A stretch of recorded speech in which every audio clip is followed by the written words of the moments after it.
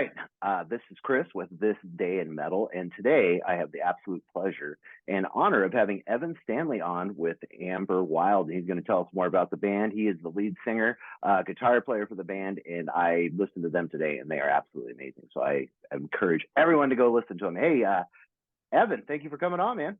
Thanks so much for having me. I'm stoked to be here. So Amber Wild, man. So tell me more. I know you got new singles dropped here back in October, and tell us more about it and what you got going on. What's your plans for And 2024?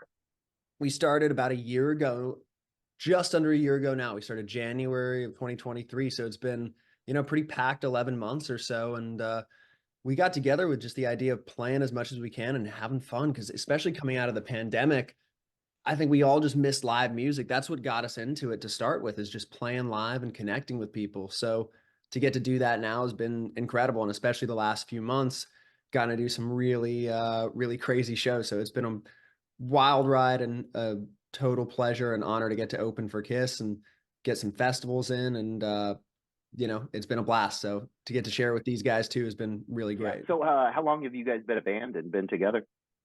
Since January. Oh, okay. So and then who did you want to introduce the other members of the band as well? Yeah. We got Thomas Lowry's on drums, Marshall Vise on guitar and sings, and then Jake Massanari on bass. Oh, okay, cool. Yeah, no, good mixture. You guys, the music sounds amazing. Very melodic, very hard rock.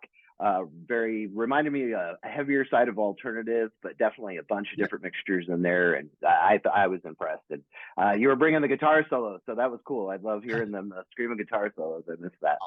Thanks so much, man. Yeah, I think we always try and balance. All of us love playing. We all started, as players. I started as a guitar player before anything, and all of us love really playing and playing off of each other. I think having chemistry that's everything that makes all of our favorite bands. So try our best to balance the kind of playing jam side with songs, because thankfully all the guys in the band, as much as we love to play, are, rooted in songs. So try our best to find that balance between hooks and shred.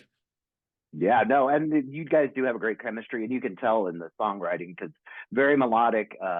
You can tell you guys put together. The music is, you've definitely taken time and put effort into it, and it's everybody that wrote the songs obviously are talented as well.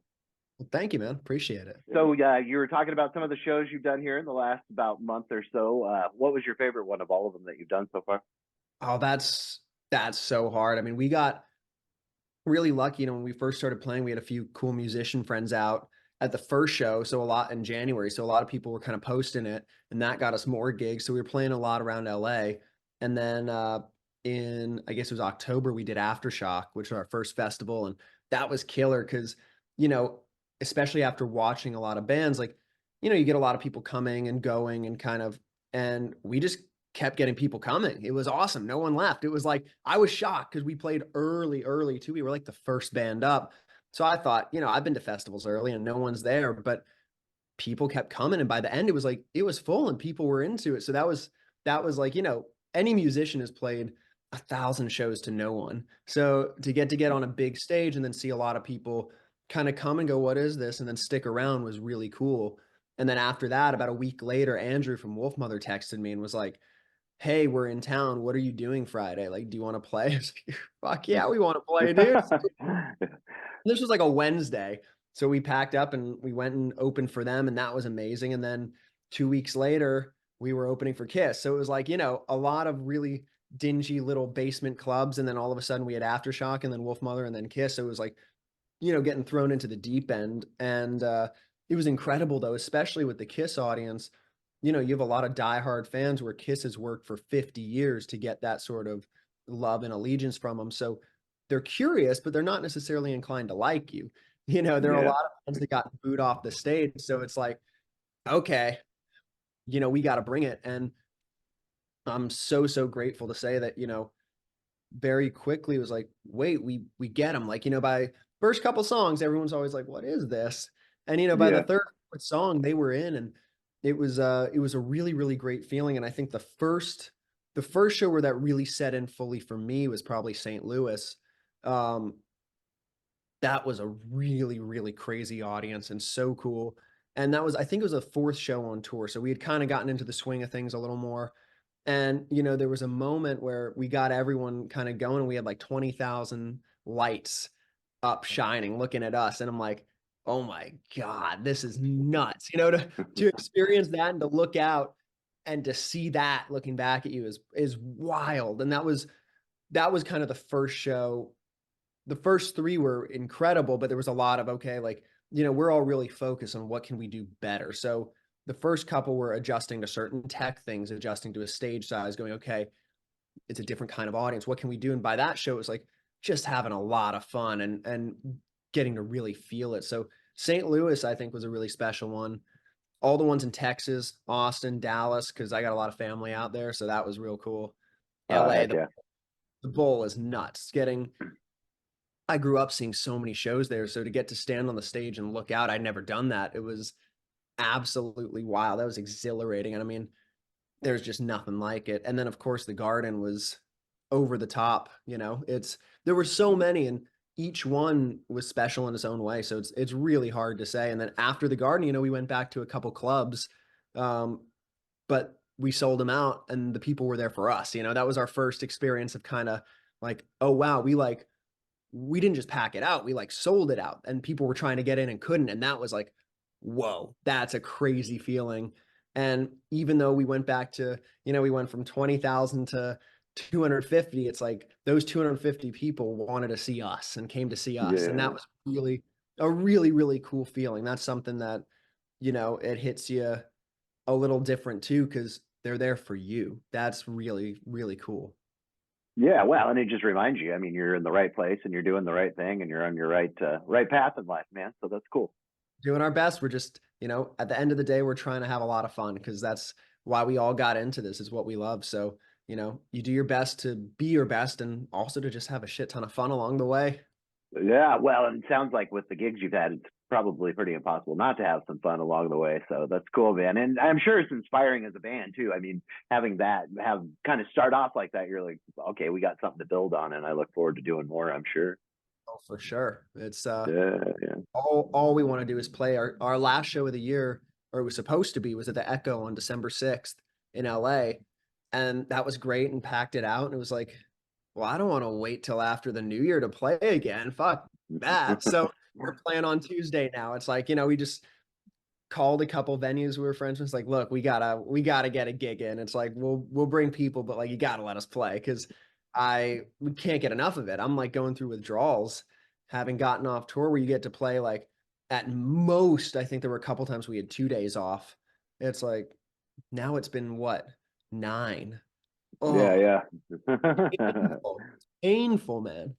Yeah. That's cool though. At least you got an avenue to play in LA and get it done. That's cool, man. So are you guys an independent band, or are you guys signed, or how are you guys kind of doing it right now? Totally independent right now. Right on, right on. So it probably has its advantages and disadvantages at the same time, but at least you guys can be who you want to be and really can draw your own path. Yeah, I think, there's I'm not one of those people, and none of us are, who are like, oh, like fuck all the majors, it's horrible. I think like anything, you just got to find your people. Like anything, music or not, it's really more about the people and the team than any other aspect. And I think whether it's a great indie label or a major, when we find the right team and are comfortable with them and think it's the right move, we're happy to jump into stuff. It's just you got to get the right people around who are there for the right reasons, Yeah. And I think Yeah, no, it makes sense. better to build something up on your own, uh, the way you think it should be done, and then see, okay, who's into this, as instead of someone saying it should be this, it should be this. Do your thing and then find the people who agree and, run with them. Yeah, absolutely. So what are the plans for the band for 2024? Do you guys have more singles coming out, tours, Yeah, or we any got festivals? a lot more singles, and I think the first one's going to be a live track because I think, something, again, from the beginning we were always about live. We love playing live, and there aren't that many, at least to my ears, really killer rock bands like who are doing the live thing. There are a lot of really cool bands, and a lot of bands I love doing great stuff, but there aren't many that I see where I'm like, oh, this is like a real live band. That's their thing. And that's kind of our thing. So we're gonna put out some live stuff. We got multi-tracks of every show. So we're talking about, I'm pretty sure the first song that'll come out, which will be either late January or the first week of February is going to be a live single. No edits, just straight off the console of this is what you get when you see us. Very nice, very nice. Well, and that's the first thing that I noticed too when I heard the singles is, you're like, first thing I thought was like, I really want to hear this live because you can just tell through the music. Yeah, I mean, you can just tell that, live, this is gonna kick some ass. So yeah, no, it'd be exciting to hear. And we didn't even mention before, if you want to let everybody know who your father is. Yeah, my dad's Paul in Kiss, so. There you go, man. So we just had to get that out of the way. So, so I guess my one question I was going to ask you about Kiss is, what is your favorite album by Kiss? Oh, that's hard. That's really hard. Probably Rock and Roll Over or Destroyer. Yeah, But, same. there's a lot of great stuff. Especially I like early Kiss, and then I also really like Crazy Nights, and I actually like Hot in the Shade era too. But like, I mean, there's a lot of Kiss stuff I like, but I think Yeah, the early stuff to me, like Love Rock and Roll Over and Destroyer is just crazy. It's funny for me now because I grew up in it and I was so close to it that for a long, long time I didn't like it or dislike it. It just was. It yeah, wasn't something I even thought about enough to like or dislike. It was just that's dad's work, it's dad's band. I hear it at shows. I didn't really get that into it. Not against it. I just never really took the time to like let me listen. But when I was probably about 17, at that point I'd heard a lot of people and a lot of musicians I love being like, "Oh, Kiss is the best." I'm like, I should try and like let me try my best to kind of divest myself and listen as just like a 17-year-old dude who puts on a record, the way I listen to all my other stuff. So I yeah, put on a live, and I at that point I never even listened to a live cover to cover. Like, I heard a couple things here and there, but and I obviously can't and couldn't, but I did my best to kind of remove myself. And I listened, it's like, oh shit, this is super cool. Like, okay, like, yeah, yeah, for sure. I get this. And then, I kind of worked my way back, and Rock and Roll Over, I think, is just it's so great. But Hotter Than Hell is great too. And then Destroyer, obviously, the songs, the production, like, but that's the funny thing, like, because on one hand, to me, he's dad, and he's been and is a great dad, and we're super tight. I mean, and when he's home, it's very little of the like when you walk into the house, it's not like there's a ton of Kiss stuff around or anything like yeah. that. So there is a lot of separation for me where I forget sometimes, like, wait, like you've written a lot of like classic, amazing songs and your band is really sick. And it was a funny thing to kind of have that realization late of like, oh, wait, like they're really cool, you know? Yeah, yeah. And Well, I like, agree. Yeah, no. Well, and the interesting, and you kind of touched on it too. A part of that people forget about Kiss is, I mean, you get the makeup and stuff like that, obviously the first thing and the spectacle part. But when you really listen to the old Kiss, I mean, your dad, I mean, everybody, they were good musicians and they wrote great songs. I mean, it's really a lot of people don't really notice that sometimes, I think. I think people forget it's like if you don't have great songs, I won't name the bands, but I'm thinking of a couple in particular that like you end up like them if you just do the makeup and the, Yeah, kind of theatrics. Like that only works if you build that on a really solid foundation. It's like they're great musicians with really unique identities on each of their respective instruments, and they had kick-ass songs. So it's like, okay, then you add the theatrics and it's really cool. If hmm, you're just theatrics, it gets pretty thin pretty quick. Like, yeah, it's, I mean, in a different genre, in a different era. I mean, Slipknot's another great example of like, yeah, they had this crazy spectacle, but like, close your eyes and listen, and they're fucking killer. Like, they're yeah. Oh yeah, ridiculous oh yeah. what they do. It's like, I think the more theatrical and the more over the top it gets, like, there has to be even more of a solid foundation because it's it goes so far up, it's got to go far down. You need to be stable. So I think Yeah. a lot of people forget that. And it's like when you even me on this last tour, like we were watching Kiss, and it's cool to get to see it through the guy's eyes because I grew up in it. So like I've heard Lick It Up a million and a half times.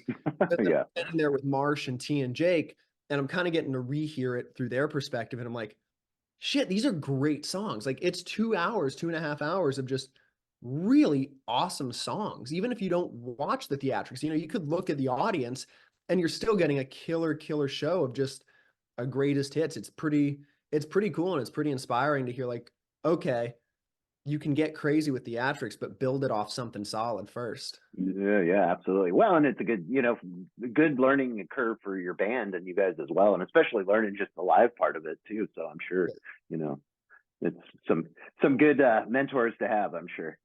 Oh, absolutely. Well, and it's funny too. You mentioned the older or Kiss, like Crazy Nights and stuff, because I was a little bit older. So when I was younger, I wasn't really into like Kiss Alive and that kind of stuff. I didn't get into Kiss. My first experience with Kiss was '84 when they were on MTV. I think they were doing a Halloween show or New Year's Eve show, and it was Animalized, and that was the very first introduction I ever had to Kiss. And so I started with that era of Kiss and worked my way back and that kind Yeah. of thing. But no, I loved it. I loved the Crazy Nights, Hot in the Shade. I mean, other great songs and albums too. How many more songs do you guys have originals? I know just you had the two that you put out. How I many mean, a more do you lot. have?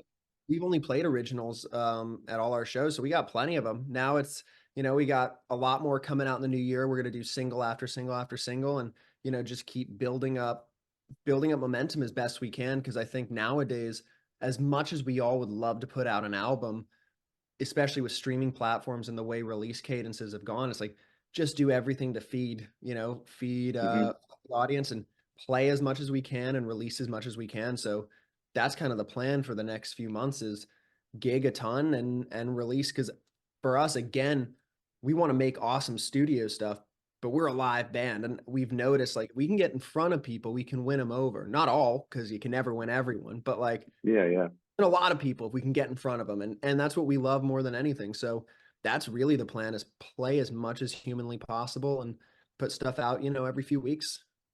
Heck yeah, very very cool. No, and I actually almost kind of like the new way of doing things and just releasing the singles opposed to the albums anymore. Anyways, just because people, I mean, it's just everything's kind of different and changed, but I think it's same token. It's definitely unique in its own way as well. Yeah, it's funny. I think it's easy to get caught up in, like, oh, the good old days. But if you go far, recorded music is a new industry. Like if you actually look at it, it's what we're getting at just, I think it's just crossing 100 years now, which in the scheme of music is pretty fucking short. Like if you look at Yeah, the 50s and 60s, the 50s and 60s, or at least the half the 60s were all singles. Then it went to all records. Then it went to singles again. Then it went to records. Like it flip flops. So as much as like me personally, I love albums. I love the long form. It's a work. It's a body of work. You get a cover. You can stare at the cover and listen to 40 minutes of music, and I love that. But I don't think it's like some horrible thing that it's more singles driven now because I think it'll probably switch back at some point. It kind of always yep. goes in cycles, and whatever's next will probably bring that about. So for now, it's like it's easy to get caught up, I think, on in any regard, the business or release cycles or anything like, oh, the good old days. But like today's the good day. We get to play music. These are the good Yeah, days. yeah. It's like, it's easy to get caught up on all that, but like we love what we're doing and we're just gonna keep doing it and having a blast. There you go, man. Well, cool. I appreciate it. And so I wish you nothing but the best. And so do you have anything else you wanted to plug? Social media, anything like So that yeah, for everybody watching? yeah, the easiest thing is follow Amber Wild Band, and we'll be keeping you up to date on everything we got going. We got a lot planned in the new year, and we'll start announcing that real soon. So if you're curious, you like us, or if you don't, come and talk shit. I don't care. Just follow us. Heck yeah, man. Well, I appreciate your time, Evan. You are an absolutely cool guy. I love the band, and I encourage everyone out there to get out there and check out Amber Wild. I know we're going to put them out, and we're going to keep plugging them on this day in metal. So, Evan, I totally appreciate your time, and you have a fantastic day, my friend. Thank you so much. I appreciate yours. Thank you for having me on, and we'll talk soon. Absolutely. All right. Take care, everybody, and have a fantastic one.